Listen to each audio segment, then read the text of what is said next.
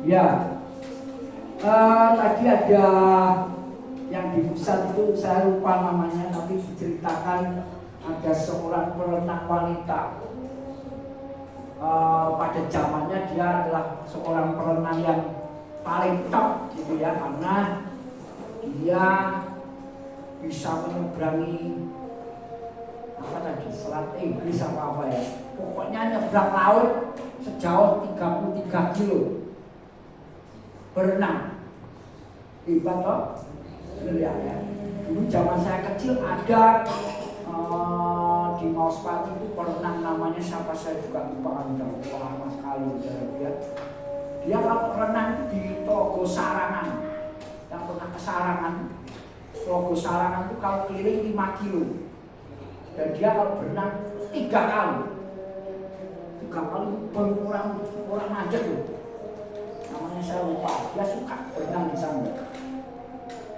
Lah si wanita ini akhirnya dia memutuskan akan menyeberang lagi, mana tadi saya lupa, selat apa gitu ya, jauhnya 41 kilo,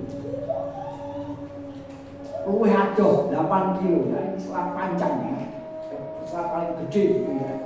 Dan dia mempersiapkan diri dan dia berenangnya pagi-pagi, airnya dingin, banyak kabut juga. Dan dia didampingi oleh perahu ya, perahu supaya nanti kalau ada apa-apa dia dikawal naik perahu gitu ya. Mamanya ada di dalam perahu gitu ya. Dia berenang, kabut tebal sehingga dia tidak bisa melihat depannya di mana gitu ya. Dan kadang-kadang terdengar letusan senjata, karena itu ada ikan hiunya juga. Jadi ini wedok ini nekat ya. Nah, akhirnya satu titik dia ngomong aku tidak kuat, dan dia akhirnya diangkat ke perahu, dan ketika perahunya jalan kabutnya hilang. Jaraknya yang dia sudah lalu setelah 15 jam dia berenang, kabutnya hilang, jaraknya yang dia tempuh tinggal 800 meter saja. Jadi risau saya ya dah. Dia ngomong, ditanya, kenapa kok bisa gagal? Kenapa kamu bisa gagal? Dia jawabnya, gagal bukan karena aku kesal saja, ya, tapi gagal karena aku tidak bisa melihat tujuanku. Muncul ya? Ya, karena ada kabut tebal tadi, dia berenang tanpa lihat tujuannya. Seperti saya kalau goes pagi jam 5 itu, kadang kan malas adem, mendiding di hari-hari dia. Waduh, adem, beda jam 5 kurang 5 saya sudah keluar dari rumah. Beda, terus nanti harus jalan, aku bayangin, unes kado. Beda lumayan kado. Nah tak bayangin, tantangannya, aduh, esok kau jalan balik deh. Bisa kejunya enggak? Dah jalan. Kalau gitu, kalau sudah mentok ada stopan, ke kiri saya belum pernah. Ke kiri itu kemana saya belum naik, dan naik juga jalannya. Tapi saya selalu lurus, nanti terus naik seperti Kubang, turun, lewat bawah jembatan tol itu pilihan mau ke kiri, ke Unika, nanti terus ke Gombel. Tapi saya sekarang hobinya pokoknya ke kanan jembatan besi naik UNES. Ya kayak gitu sih. Karena saya sudah bayangkan saya mesti ke UNES. Wah, pokoknya tanjakan terakhir itu di Trangkil. Wah, sebenarnya harus ke Mengkabeh. Kurang sih. Wah, buat rumah saya buat bendanya yang enggak.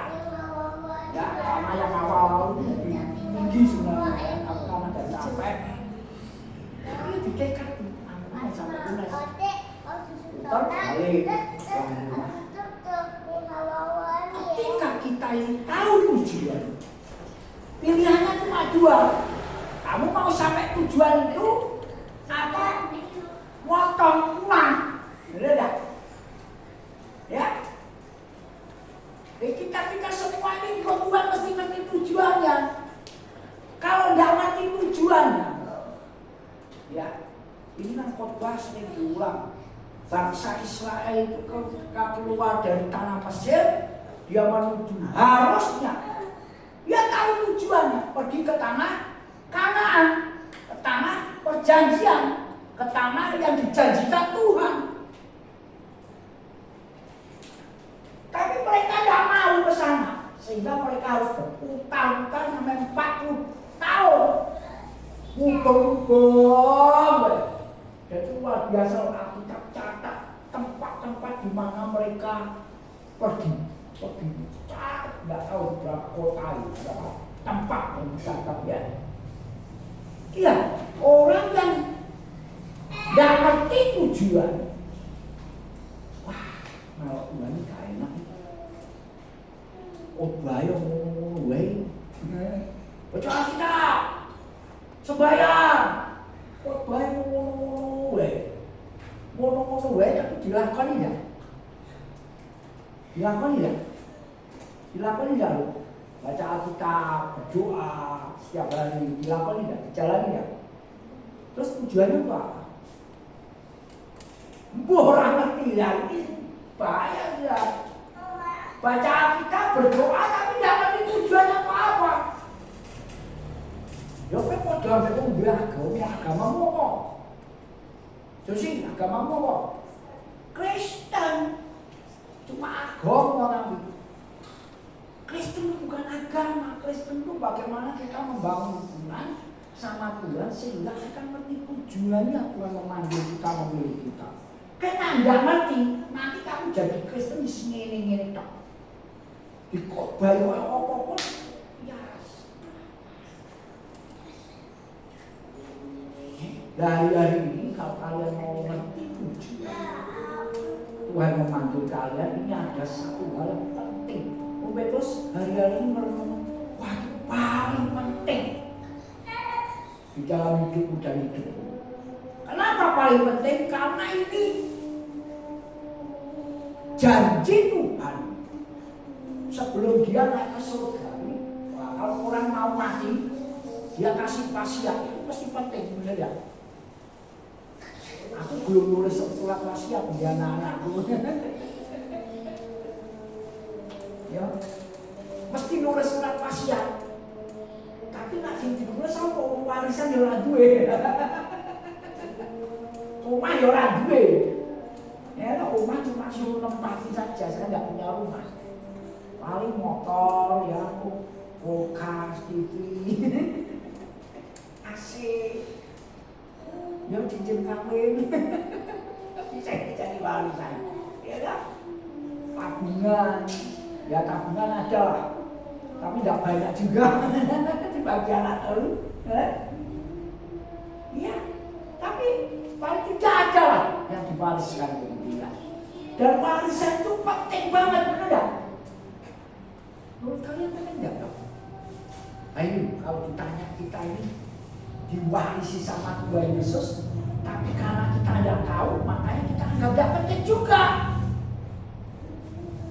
Ini celakanya orang Kristen. Dikhotbahi kayak apapun juga, kita tuh merasa itu tidak penting. Ya sudah, kalau sudah seperti ini, tugasnya para pemimpin itu ngerti kuping kita sama-sama supaya kita ingat. Dan sekali lagi ya, perkara rohani itu memang tidak menyenangkan daripada menyenangkan. Yuk, saya sudah woro-woro sama Om Andre. Yuk kapan retret meneh? Udah ya, harus diomongnya ya. Atau kau tidak dolan bae yo piye? Iya. Bulan. Oke. Ayo bulan ijen. Ijen. Woi, kurang saya. Kawan ijen. Kawan ijen. Orang ijen. Berkumpulnya nama ijen. Kawan ijen. Toh. Mancing. Kawan ijen mancing apa orangnya? Mancing, Pak. Mancing.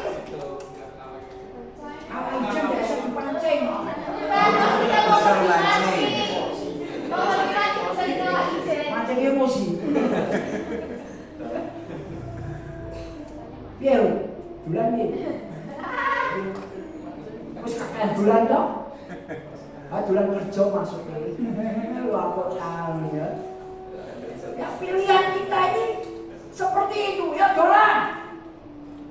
Saya percaya banyak yang iyanya daripada enggaknya, bener enggak? Kita ya harus jujur seperti itu. Healing. Kita healing. Ya. Apa healing?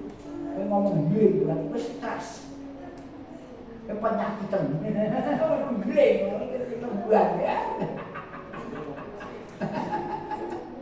Dia pengen healing lah. Wes stres berarti. Ya, kembali lagi ya. Waktu itu saya merenungkan. Wah ini hari-hari ini. Waktu itu kalau ngomong gini. Dinoki cepetnya gak karuan. Bener ya? Cepat sekali. Minggu lalu siapa yang ngomong sini? Om Andre. Ini seminggu menel. Baru kemarin loh. Kemarin itu seminggu yang lalu. Ini seminggu menel. Cepat. Minggu malam, minggu menel. Pokoknya ya hari Senin, Selasa, Rabu, les. Minggu menel. Dan ini cepat sekali, cepat banget. Semua orang ngomong hari ini gini kapan cepat. Ya, Om itu berapa minggu lalu nyampaikan di jemaat umum gini. Kita harus waspada bahwa kalau kita bisa merasakan hari itu cepat sekali, paling tidak kalau kalian yang baca Alkitab itu satu tanda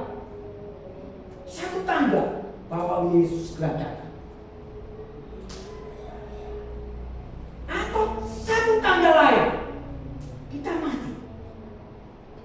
Tidak tahu kapan waktunya.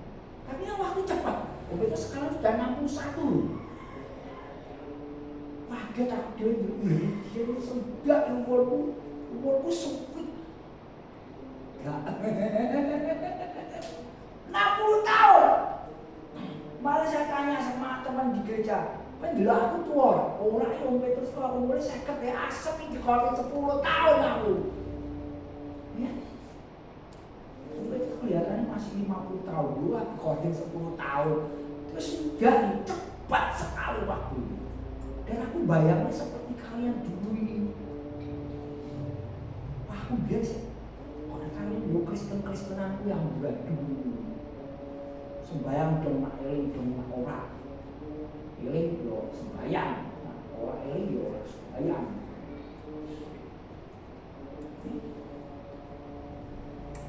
Tapi hari-hari ini orang kita mulai memperhatikan. Tuhan, ini kalau waktunya cepat. Ada penggenapan lain yang harus digenapi di dalam Alkitab. Sebelum Yesus datang kedua kalinya, ada masa yang sukar. Dulu waktu itu sudah sharing di kalian juga. Kalau baca 2 Timotius pasal 3, ya, kalian akan tahu akan ada hal yang susah, sulit, sukar. Tandanya orang akan mencintai diri sendiri. Esther, mencintai diri sendiri. Semua kita mencintai diri sendiri. Seorang urusan dari pembelian orang omah berbuka mama.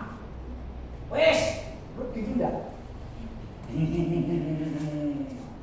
Boh, pas yang dilakukan itu orang urusan. Mbak mama, mbak papa ya wes ora urusan pokoknya berbuka mama wes. Ya saya, bisa sandal. Berbuka mama, dolanan HP. Ini dunia sedang mendidik kita supaya kita menjadi orang yang egosentris. Pokoknya aku orang urusan di sini. Itu hal yang suka muncul. Tidak peduli agama. Catat itu baca lagi ya. Tidak peduli agama. Artinya ibadah dan ibadah padha wae lah. Tidak ada nilai-nilai di situ. Wah, ini penting. Kalau kita sudah seperti itu gaya hidup kita, ini tanda-tanda. Ya. Makanya kemarin kan itu di Jerman itu sudah ada kebaktian apa? Cek. Bukan, yang itu loh kalau kebaktian belok layar kau pendeta pokoknya apa sih namanya lupa pokoknya. Ada itu kan. Kebaktiannya kan gitu wes belok TV wes. Nyanyi ini khotbah wableh belok TV wes. Wong itu kok ibadah.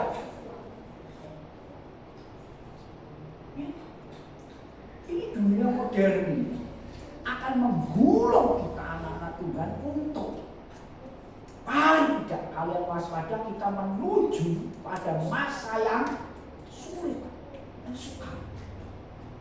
Egois, wah wong wis egois dia, wah andai wae apa wis gablek wae wis. Tidak peduli ya sama orang. Jadi bahaya. Tuhan menciptakan manusia tidak seperti itu tujuannya. Nah ini makanya kita penting memperhatikan warisan dari Tuhan Yesus yang memberi perlindungan ini sangat-sangat penting dalam hidup. Ya, yuk kita buka.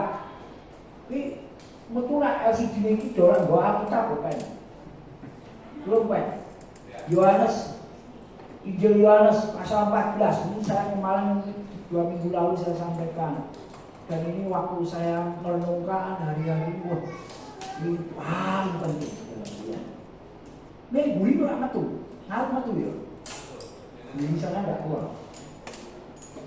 Adalah baca di Injil Yohanes pasal 14 ayat 16 dan 17 atau ayat 16 saja ya. Tuhan Yesus ngomong begini, aku akan minta kepada Bapa dan Ia akan memberikan kepadamu apa? Apa di situ?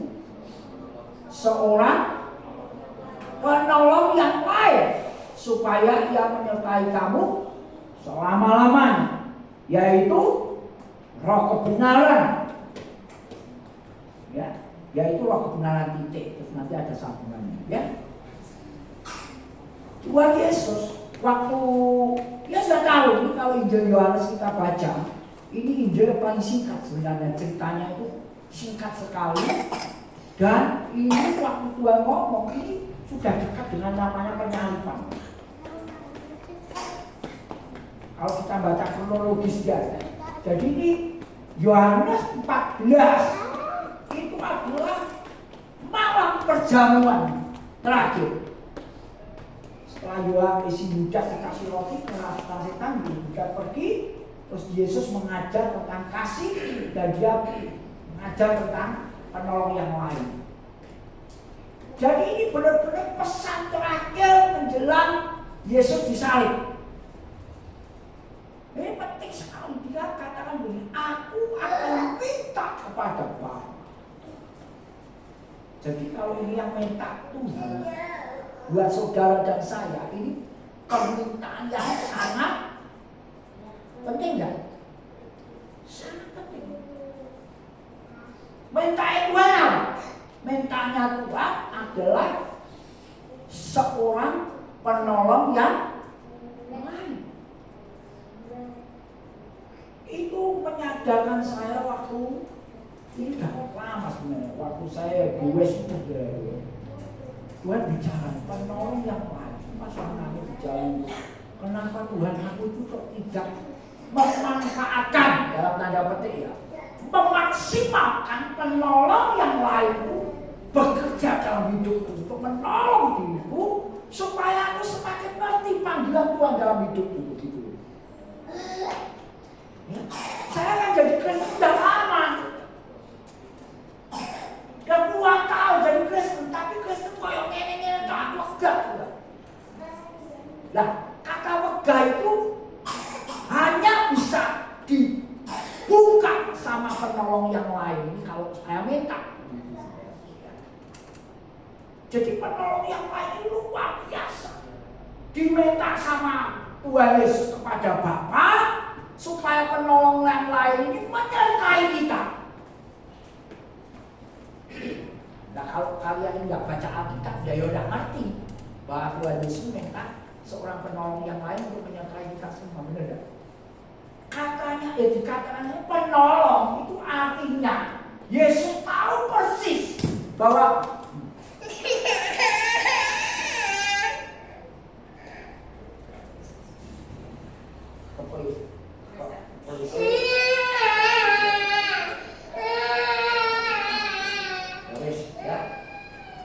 artinya Yesus tahu persis bahwa hidupku perlu ditolong. Benar enggak? Muncul istilah menolong itu artinya Yesus tahu persis Septa perlu ditolong. Benar enggak? Bejo perlu ditolong enggak? Sangat perlu, tidak perlu. Saya aja sangat perlu ditolong. Kalian Adrian Betak celulian Celuan mau Ardian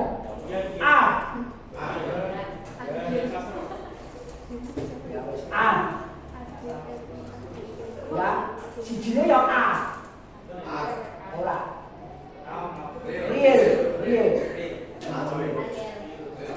ya ya Petrus waktu dengar kata penolong itu kan terus kalau merenungkan ya penolong gitu ya direnungkan, wah itu berkembang banyak. Perenungan kata penolong itu benar-benar membuka pikiran. Wah Tuhan, waduh Tuhan, ternyata aku memang butuh penolong itu. Kenapa? Karena kekristenanku ketika aku sekian puluh tahun ikut Tuhan, waduh, itu kalau sekolah nilainya orang sampai 5, di bawah 5 terus. Elek akan dosa, pikirannya langgena, omongannya langgena. Contoh paling gampang sekarang saya itu sampai sekarang sadar, aku suka ngomel, jalan itu, kurang ajar, kamu tahu gagal. Aku sering ngomel orang-orang itu. Tapi nggak benar. Aku sadar itu nggak betul, saudara. Jangan kau pikir, aku memang orang genah, genah ya urusan dia ya. Tapi urusan sama Tuhan pun gak boleh ngomel. Hari ini aku berdoa, Tuhan tolong aku. Karena kau berkata, mulut kita itu sebenarnya harusnya memuji Tuhan. Benar tidak? Untuk memuji Tuhan dan memuji ciptaannya, benar tidak? Sering kali yang terjadi, mulut kita kalau itu memuji Tuhan, pulang memuji Tuhan misalnya uang lah itu kan tidak boleh. Tuhan ngomong, ada enggak sumber air tawar itu bisa memancarkan 2 rasa. Tawar juga asin orang. Tapi itulah yang terjadi dalam hidup kita. Sumber air kita itu benar-benar ajaib. Kadang asin, kadang lagi. Rakalu-kaluan itu sumber air, rakalu-kaluan rasanya. Tapi timbang leginya ada pahitnya. Nah inilah fungsi penolong. Waktu terus merenungkan itu penolong. Makanya pagi bangun tidur sembahyang, dia Roh Kudus tolong. Baca Alkitab, Roh Kudus tolong. Ini terus belakangan sering ya kalau sembahyang gitu ya.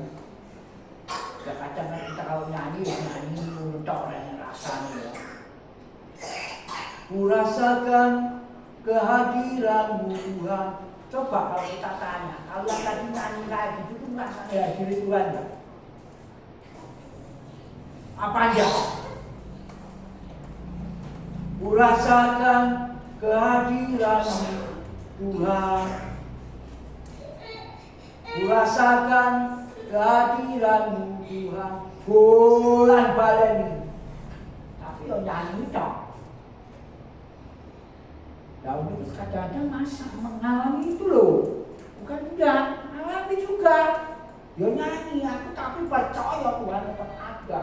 Itu bukan masa perasaan Tuhan hadir atau tidak, percaya Tuhan hadir itu benar. Kita tidak ada hidup oleh perasaan, kita hidup oleh iman. Nah iman itu harus dibangun. Dan caranya Tuhan membangun iman itu kadang ketika kok merasakan kehadiran Tuhan, dia nyata hadir. Loh, kita pernah merasakan gitu, sembahyang. Wah, kerasa Tuhan kalau kerasa benar ada tangan yang menolong, benar-benar kerasa. Bukan perasaan, real Tuhan. Dipeluk benar-benar, wah, nah, jadi-jadinya. Kerasa benar-benar ada tangan yang memeluk. Benar real. Jadi orang, oh bayang-bayang enggak, halusinasi enggak, nyata Tuhan ada. Sembahyang nyanyi Tuhan hadir, ada Tuhan. Waktu kita retreat tadi yang di setel itu, retreat yang di KSD, itu Tuhan ada di sana. Real, Tuhan kita itu real. Nah untuk pengalaman-pengalaman seperti itu, kita butuh penolong ini. Namanya roh kebenaran. Di tempat lain disebut roh penghibur. Di tempat lain lagi disebut roh kudus. Nah, singkatnya, penolong ini hidup di dalam diri kita. Tadi kan Tuhan ngomong gitu, menyertai kita selama-lamanya. Ya. Jadi tanda yang paling gampang kalau dia berfungsi atau kamu fungsikan menjadi penolong dalam hidupmu, namanya aja roh kebenaran, dia pasti memimpin kamu kepada hidup yang benar. Setuju ya? Napa hidup belajar? Ya itu berarti orang gelem mengandalkan penolong.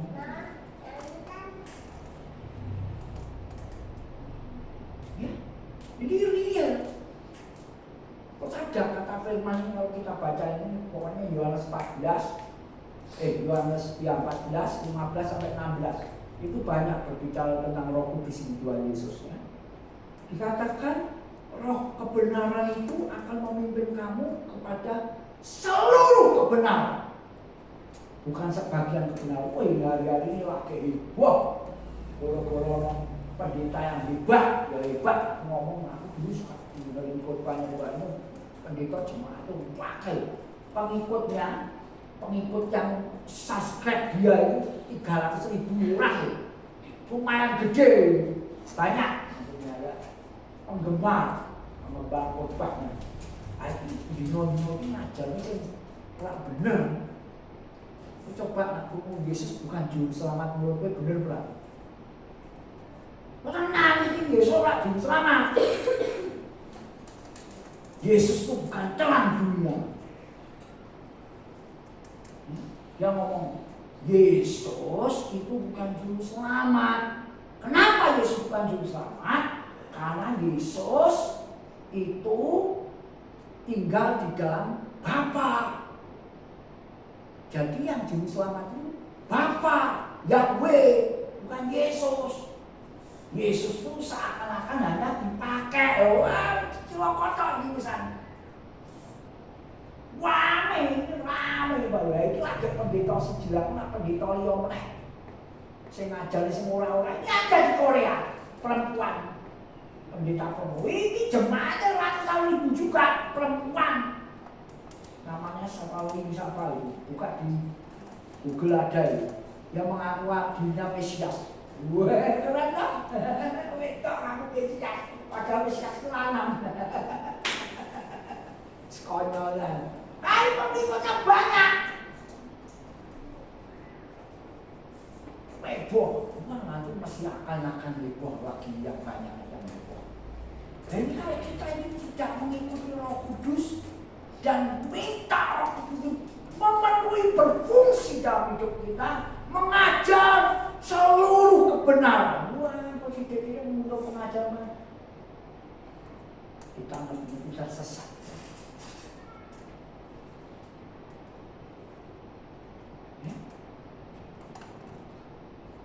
Juga nggak peduli, jadi perkara pinter sih.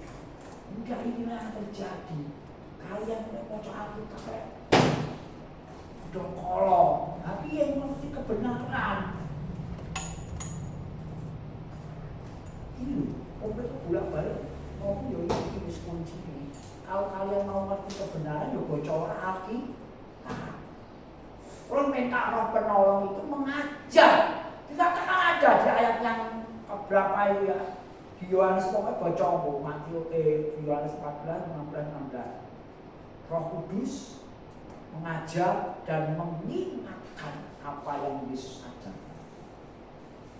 Perannya seperti itu. Yang menyertai kita, yang mengajar, yang mengingatkan kita. Dikatakan juga Roh Kudus pemimpin. Jololo. Ini pengalaman lama ya, tapi aku benar-benar kapok. Ya, dulu kan sering ada doa di Getsemani, doa puasa. Itu saya datang, terus sorenya saya pulang.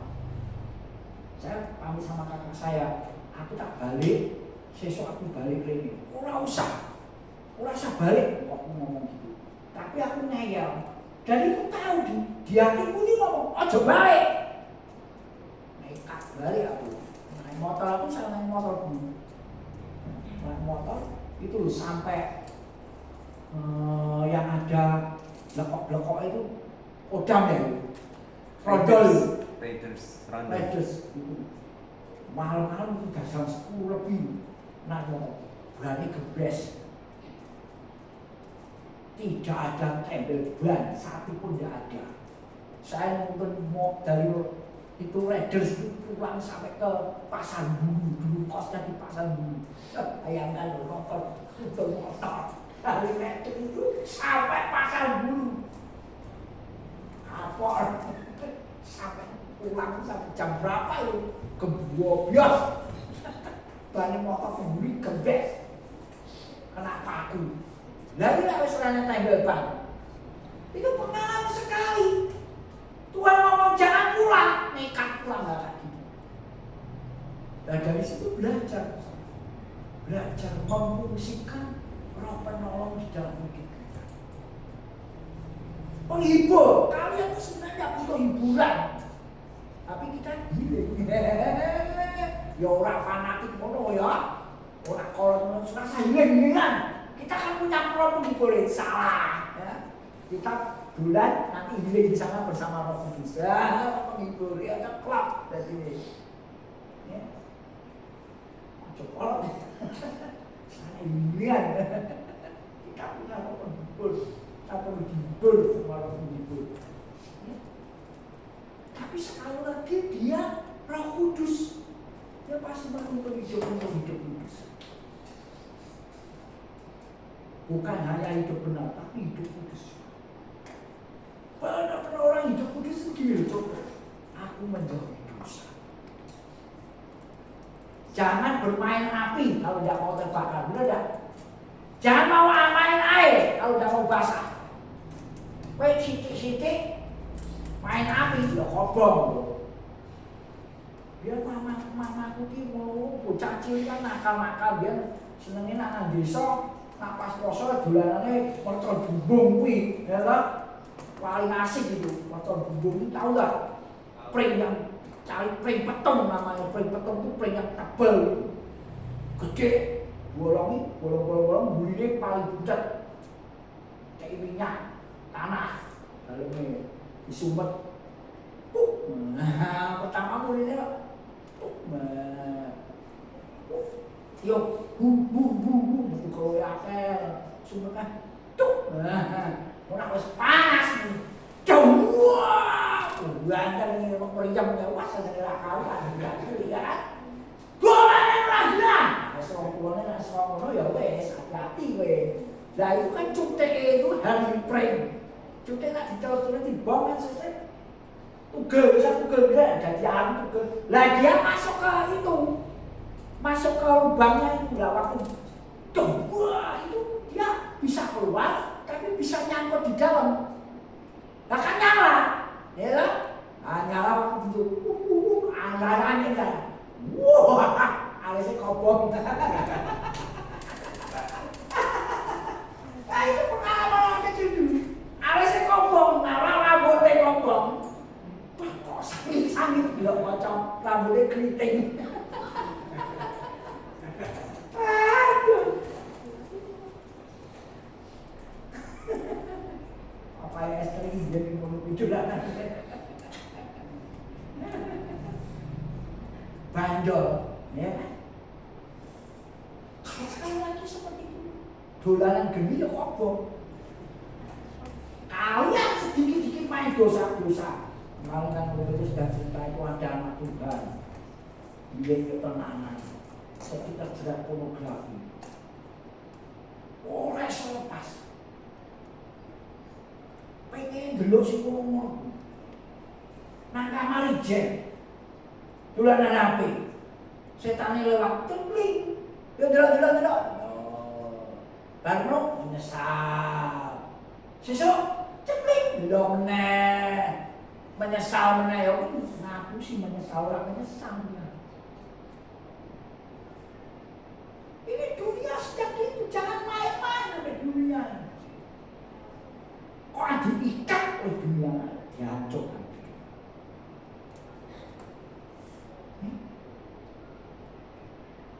Dulu ada penyanyi cantik, anaknya masih kecil aku, wah jagoan. Namanya Clarice, pernah lihat nggak? Orang Filipina. Saking wapinya dia duet sama Celine Dion.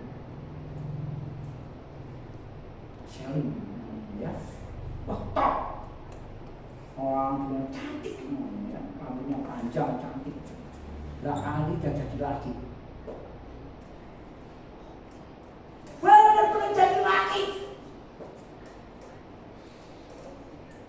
Terus modelan ya harus persis. Memilih pilihan dunia. Kenapa gay sekarang marah, kenapa LGBT sekarang mau marah di mana-mana? Mereka memilih untuk seperti itu. Jangan main-main dengan dosa.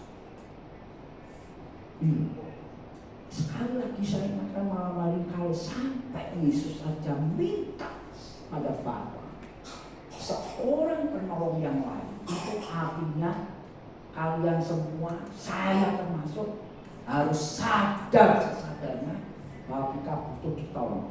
Amin. Buah dari penolong itu adalah karena dia namanya Roh Kudus yang akan memimpin hidup. Karena dia namanya Roh kebenaran yang akan memimpin kepadamu kepada seluruh kebenaran.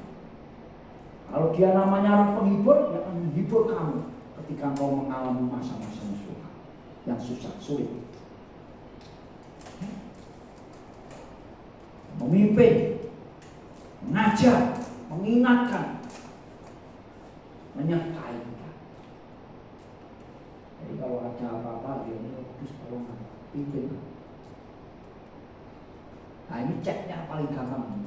Hari-hari ini apa yang kamu kejar? Kalau Roh Kudus berfungsi dalam hidupmu, kau pasti mengejar apa yang saya sharingkan. Tapi kalau Roh Kudus belum berfungsi, maka kau tidak akan pengen hal-hal. Mana waktu itu kalau rumah ini Kristen itu paling miskin kalau sampai kita tidak mengerti apa yang Yesus berikan pada hidup kita.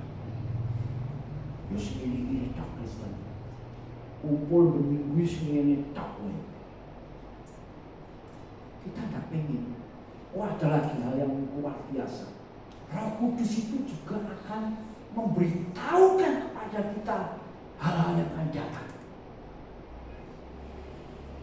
luar biasa ya. Hal yang akan datang kita nggak tahu, tapi Roh Kudus bisa kasih tahu. Wih, luar biasa ya. Nah, kita pengen nggak masalahnya? Nah, pengen nggak? Kalau pengen minta, bener nggak? Wah, hal datangnya apa yuk? Nomor, togel. Itu kan yang akan datang, ya, siapa ya? Roh Kudus. Nomornya piro ya? Sesok ujian. Tapi Roh Kudus kurang ajar banget. Ini bener ujian ya. Dulu ada temennya kakak saya pendoa sungguh-sungguh sama Tuhan. Ini doa puasa loh. Suka doa puasa loh. Nah, waktu doa sendirian di rumah dia digoda. Bukan Roh Kudus tapi roh jahat. Ya. Aku berdoa sungguh-sungguh. Kita nomor asli orangnya cerita, kelihatan nomornya gak main-main loh, 6 angka. Ibu zaman apa waktu aku den. Dalam nama Yesus hilang nomornya, sesok metu. Plat nomor metu. Dalam hati asem, karena tak tuku, itu aku. Berapa hari dia doa, itu nomor meneh. Dalam nama Yesus hilang nomor, metu meneh. 2 kali godaan. Berapa hari metu nomor meneh. Ping 3 lha itu. Dalam hati tuku orang. Yesus metu 2 kali. Hebat dia. Ini anak Tuhan. Diberi keluar dia dapat. Baru mau tak. Asli kesaksian sejati. Orang mati. Wes tinggal gereja kan. Duitnya akeh, tapi nomor itu. Sama itu. Hebat. Hal-hal yang akan datang. Tapi kalau Roh Kudus pasti dia memberitahukan hal yang kudus. Mempersiapkan dirimu, Tuhan segera datang. Itu ada anak kecil. Saya kalau lihat anak-anak kecil sekali pakai Tuhan dalam doa itu saya nangis lihat ini. Mereka sungguh-sungguh berdoa. Ya Allah, Tuhan segera datang. Persiapkan dirimu baik-baik. Hidup kudus. Cari kebenaran. Ini anak kecil. Doa sambil nangis gitu. Saya kalau udah lihat lagi Tuhan, gereja kalangannya, anak-anak muda ini, kalian masih ngalamin pimpinan Roh Kudus tentang hal yang akan datang, supaya kalian tidak main-main. Ini waktu cepat banget. Kau mau dipimpin kemana hidup?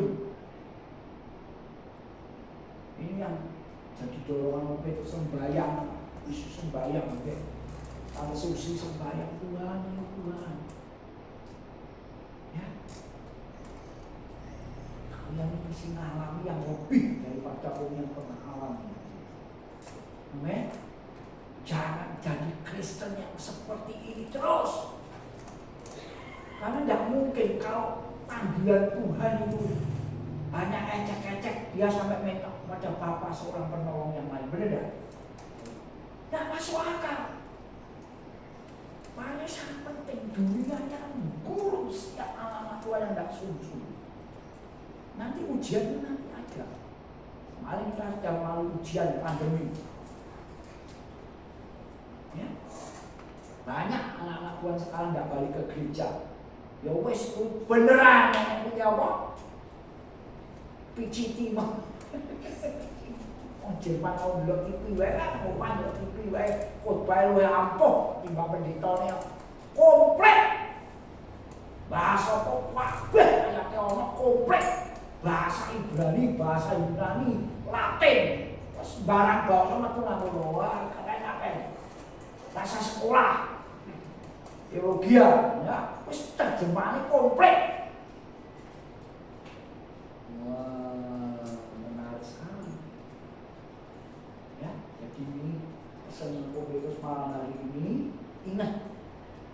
saudara sadar, kalau Yesus saja sampai minta kepada Bapa penolong yang lain, itu artinya kita semua butuh ditolong. Ya, nah sekarang minta sama Roh Kudus, kita baca Alkitab kok ini aku pengen kau nolong, ajar aku. Nanti dia akan memulihkan. Amin. Ya sebenarnya. Bapak, terima kasih buat firman malam ini. Terima kasih Tuhan Yesus. Terima kasih Roh Kudus mengawal anak-anakmu malam hari ini, memimpin mereka semua, biar benar-benar peran Engkau dalam hidup anak-anakmu semakin hari semakin kuat. Mereka dipimpin oleh Engkau, hidup dalam kebenaran, hidup dalam kekudusan. Mereka benar-benar mau diajar, mau diingatkan tentang kebenaran-kebenaran yang memimpin mereka kepada kesempurnaan menjadi seperti Yesus. Terima kasih Tuhan, bersyukur di dalam nama Tuhan Yesus. Amin.